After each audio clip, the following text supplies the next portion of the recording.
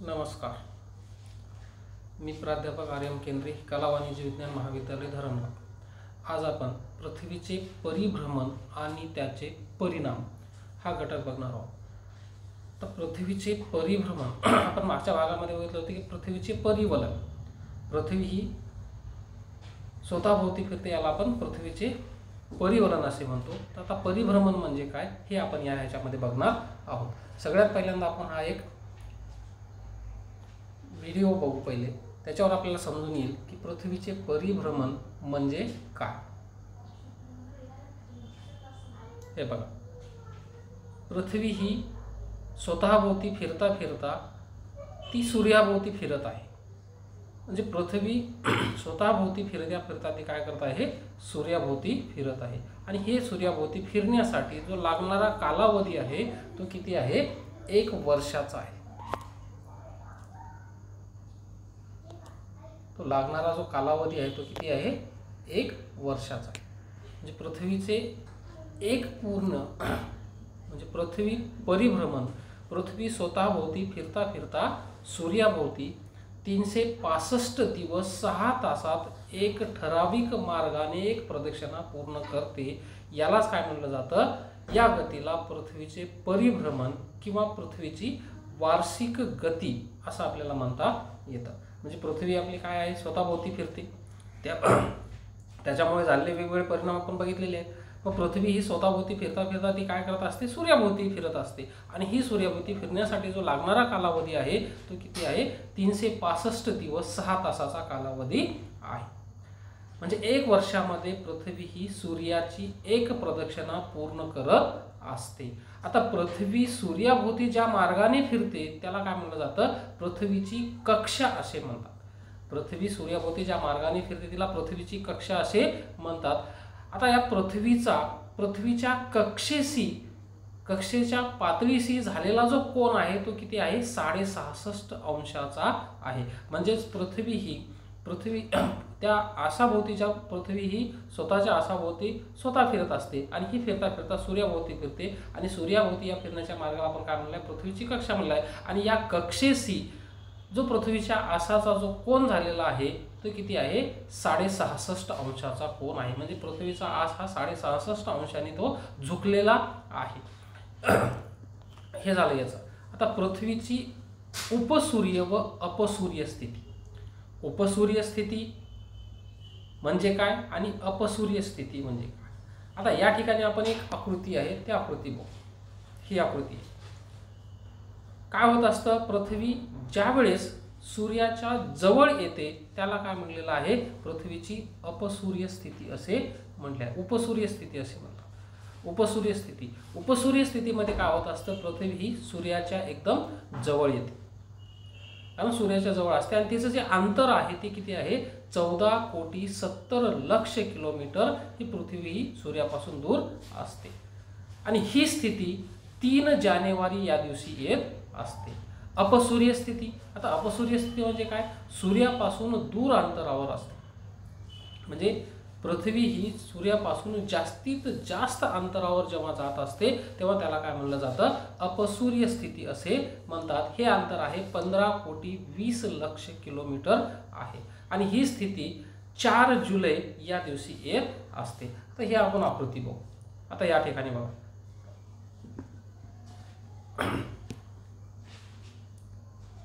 हा आहे ही पृथ्वीच्या मधला अंतर.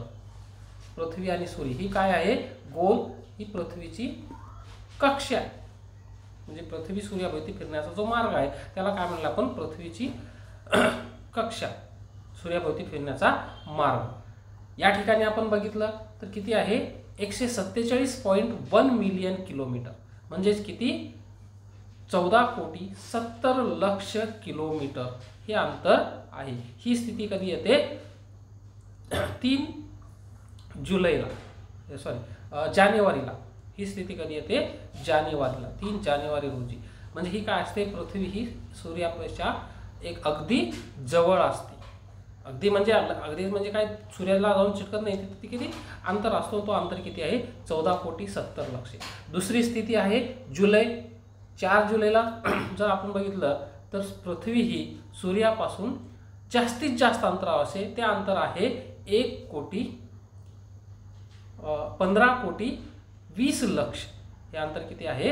15,20,00,000 म्हणजे 152.1 मिलियन किलोमीटर एवढं आपल्याला या ठिकाणी सांगता येतं. यानंतर पुढचा जो मुद्दा आहे आपला, पृथ्वीच्या परिभ्रमणाचे परिणाम. आता पृथ्वीच्या परिभ्रमणाचे वेगवेगळे परिणाम होत असतात, ते कोणते कोणते आहेत आपण या ठिकाणी बघणार आहोत. त्याच्यातला पहिला जो आहे असमान दिवस रात्र. पृथ्वीच्या प्रकाश वृत्ताची स्थिती तिच्या आसाच्या कलण्यामुळे, आपण पहिल्याच याच्यामध्ये बघितलं की पृथ्वीचा आस हा पृथ्वीच्या कक्षेशी तो 66.5 अंशाचा कोन करतो, म्हणजे तो कललेला आहे. त्या कलण्यामुळेच काय झालेलं आहे, परिभ्रमणामुळे ही बदलत असते. पृथ्वीचा आस कललेला आहे आणि दुसरी गोष्ट काय आहे, पृथ्वी ही स्वतःभोवती फिरता फिरता ती सूर्याभोवती फिरते. या दोन गोष्टीमुळे काय होत असते, तिची प्रकाश वृत्ताची जी स्थिती आहे ही स्थिती सतत बदलत असते. त्यामुळे काय होतं, मग दिनमान व रात्रमान यांच्या कालावधीमध्ये सुद्धा असमानता दिसून येते. म्हणजे दिवस आणि रात्र जर आपण बघितलं तर सगळे वर्षभरामध्ये दिवस आणि रात्र हा 12 तासाची रात्र आणि 12 तासाचा दिवस असत नाही. तर त्याच्यामध्ये काय होत असतो, कधी तो दिवस मोठा असतो तर कधी रात्र मोठी असते. अशा पद्धतीने दिवस आणि रात्रीमध्ये असमानता दिसून येते. आता एकाच अक्षवृत्ताचा जर जास्त भाग प्रकाशात व कमीत कमी भाग अंधारात असेल तर त्या अक्षवृत्तावर दिवस मोठा असतो व रात्र लहान असते. म्हणजे पृथ्वीच्या असमान दिवस रात्र जेव्हा एखादी वेळेस काय होत असतं, ज्यावेळेस एखाद्या अक्षवृत्ताचा जास्तीत जास्त भाग अंधारात असेल आणि कमीत कमी भाग प्रकाशात असेल तर अशा वेळेस सुद्धा त्या ठिकाणी काय होत असते, रात्र मोठी असते आणि दिवस लहान असतो. ही परिस्थिती आपल्याला दिसून येते. आता ह्या ठिकाणी आपण बघणार आहोत 21 मार्च व 23 सप्टेंबर या दिवशी सूर्य सापेक्ष स्थिती. 21 मार्च व 23 सप्टेंबर या दोन दिवशी या ठिकाणी आपण आकृती दाखवलेली आहे. ही आकृती आहे. या आकृतीमध्ये आपल्याला दिसतं की अर्धा भाग हा पृथ्वीचा अंधारामध्ये आहे आणि अर्धा भाग हा उजेडामध्ये आहे. म्हणजे प्रकाश वृत्त बरोबर उत्तर व दक्षिण ध्रुवातून गेलेले असते. हे बघा या ठिकाणी आपण बघू शकतो, हे प्रकाश वृत्त जे आहे हा उत्तर ध्रुव आणि हा दक्षिण ध्रुव, आणि हे जे प्रकाश वृत्त आहे हे बरोबर या उत्तर ध्रुवातून दक्षिण ध्रुवातून गेलेलं आहे. हे सूर्यकिरण आहे, या बाजूला दिवस आहे आणि या बाजूला रात्र आहे. म्हणजे एका बाजूला दिवस आहे, एका बाजूला रात्र आहे. आणि त्या ठिकाणी काय आहे, पृथ्वीच्या पृष्ठभागावर संपूर्ण ठिकाणी 12 तासाची रात्र आणि 12 तासाचा दिवस आहे. कोणत्या दिवशी, या ठिकाणी आपण बघू शकतो 21 मार्च व 23 सप्टेंबर या दिवशी पृथ्वीच्या सगळ्या पृष्ठभागावर सूर्यकिरणे काय होत असतात, विषुववृत्तावर लंबरूप पडलेली असतात. त्यामुळे संपूर्ण पृथ्वीच्या पृष्ठभागावर 12 तासाचा दिवस व 12 तासाची रात्र असते. या दिवसांना विश्वदिन असे म्हटलं जातं. हे जे दोन दिवस आहेत यांना काय म्हटलं जातं, विश्वदिन असे म्हणतात. 21 मार्च या दिवशी उत्तर गोलार्धात वसंत ऋतूची सुरुवात होत असते, म्हणून याला काय म्हटलं जातं, वसंत संपात दिन असं सुद्धा म्हटलं जातं. उत्तर गोलार्धामध्ये कोणता आहे, वसंत ऋतूची सुरुवात होत असते, म्हणून त्याला वसंत संपात दिन असे म्हटलं जातं. तर 23 सप्टेंबर या दिवशी उत्तर गोलार्धामध्ये शरद ऋतूला सुरुवात होत असते, म्हणून याला काय म्हटलं जातं, शरद संपात दिन असे आपल्याला म्हटलं जातं. त्यानंतर 21 जूनची सूर्य सापेक्ष स्थिती. 21 जून या दिवसाची सूर्य सापेक्ष स्थिती. 21 पृथ्वीचा उत्तर ध्रुव, 21 जून या दिवशी पृथ्वीचा उत्तर ध्रुव सूर्याकडे जास्तीत जास्त कललेला असतो. उत्तर गोलार्धातील अक्षवृत्त या 21 जून या दिवशी उत्तर गोलार्धातील अक्षवृत्त यांचा जास्तीत जास्त भाग प्रकाशात व कमीत कमी भाग अंधारात असतो. म्हणजेच या ठिकाणी काय होत असतं, उत्तर गोलार्धामध्ये सर्वात मोठा दिवस व सर्वात लहान रात्र असते. म्हणजे सर्वात मोठा दिवस आहे, म्हणजे जास्तीत जास्त या ठिकाणी उत्तर गोलार्धातील जास्तीत जास्त अक्षवृत्त हे प्रकाशामध्ये असतं. 66.5 उत्तर अक्षवृत्ताच्या पलीकडे जर आपण बघितलं तर त्या ठिकाणी 24 तासाचा दिवस असतो.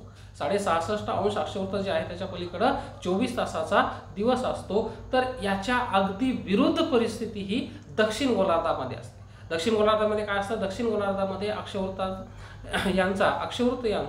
दक्षिण गोलार्धातील अक्षवृत्त यांचा जास्तीत जास्त भाग हा अंधारात व कमीत कमी भाग हा प्रकाशात असतो.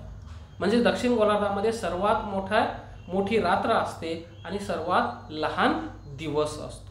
66.5 दक्षिण अक्षवृत्ताच्या पलीकडे जर आपण बघितलं तर 24 तासाची रात्र असते. हे या आकृतीवरून आपल्याला समजून येईल. या ठिकाणी आपण बघतोय, या ठिकाणी काय आहे? सूर्यकिरण आहेत. सूर्यकिरण जे आहेत ते कर्कवृत्तावर लंबरूप पडलेले आहेत. हा कर्कवृत्त, या कर्कवृत्तावर लंबरूप पडला आहे. उत्तर ध्रुव आहे तो सूर्याकडे जास्तीत जास्त कललेला आहे, या बाजूला कललेला आहे, आणि दक्षिण ध्रुव हा सूर्यापासून दूर गेलेला दिसतो. त्यामुळे हा जो 66.5 दक्षिण अक्षवृत्ताच्या पलीकडे म्हणजे हा जो भाग आहे या ठिकाणी 24 तासाची रात्र असते आणि 66.5 उत्तर अक्षवृत्ताच्या पलीकडे म्हणजे या इथं काय असतं?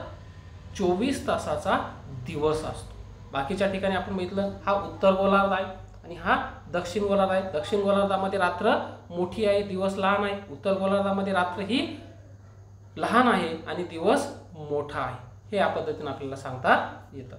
दुसरं आहे 22 डिसेंबरची सूर्य सापेक्ष स्थिती. आता 22 डिसेंबरला काय काय होत असतं तर 22 डिसेंबरला पृथ्वीचा जो दक्षिण ध्रुव आहे सूर्याकडे जास्तीत जास्त कललेला असतो, म्हणजे सूर्याकडे तो सरकतो.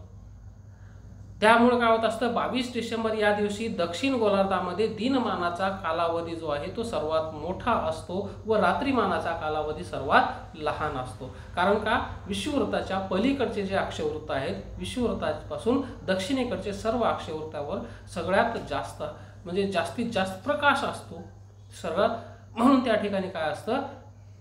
दिवस हा मोठा असतो आणि रात्र हा लहान असते. दक्षिण गोलार्धामध्ये सर्वात मोठा दिवस व सर्वात लहान रात्र या ठिकाणी असते, हे आपल्याला दिसून येते. 66.5 दक्षिण अक्षवृत्ताच्या पलीकडे जर आपण गेलो तर त्या ठिकाणी 24 तासाचा दिवस असतो आणि याच्या अगदी विरुद्ध परिस्थिती ही उत्तर गोलार्धामध्ये असते. उत्तर गोलार्धामध्ये काय? दिनमानाचा कालावधी हा सर्वात लहान असतो तर रात्रीमानाचा कालावधी हा सर्वात मोठा असतो. उत्तर गोलार्धामध्ये सर्वात मोठी रात्र व सर्वात लहान दिवस हा 22 डिसेंबर या दिवशी असतो. उत्तर गोलार्धामध्ये जर आपण बघितलं तर 66.5 अक्षवृत्ताच्या पलीकडे 24 तासाची रात्र असते. हे आपल्याला या आकृतीवरून सांगता येईल. आता ही आकृती आपण जर बघितली तर या ठिकाणी काय आहे? हा दक्षिण ध्रुव आहे आणि हा उत्तर ध्रुव आहे. आता हा जो उत्तर ध्रुव आहे सूर्याकडे जास्तीत जास्त कललेला दिसून येतो. म्हणजेच हे जे सूर्यकिरण आहेत हे कुठं? मकर वृत्तावर लंबरूप पडलेले आहेत, विषुववृत्तावर नाहीये. तर मकर वृत्तावर लंबरूप पडलेले आहेत. त्यामुळं काय झालेलं आहे? दक्षिण गोलार्धातील प्रत्येक अक्षवृत्त हा जास्तीत जास्त प्रकाशामध्ये आहे तर उत्तर गोलार्धातील प्रत्येक अक्षवृत्त हे कमीत कमी उजेडामध्ये आहे आणि जास्तीत जास्त अंधारामध्ये आहेत. या पद्धतीने आपल्याला या ठिकाणी सांगता येतं की पृथ्वीच्या पृष्ठभागावर असमान दिवस रात्राची निर्मिती झालेली आहे. हे कशामुळे? पृथ्वीच्या कलण्यामुळे आणि पृथ्वीचा आस जो आहे तो पृथ्वीच्या कक्षेशी 66.5 अंशाचा कोन करतो, यामुळे याची निर्मिती झालेली आहे. पुढचा जो भाग आहे तो पण पुढच्या लेक्चरमध्ये बघू. धन्यवाद.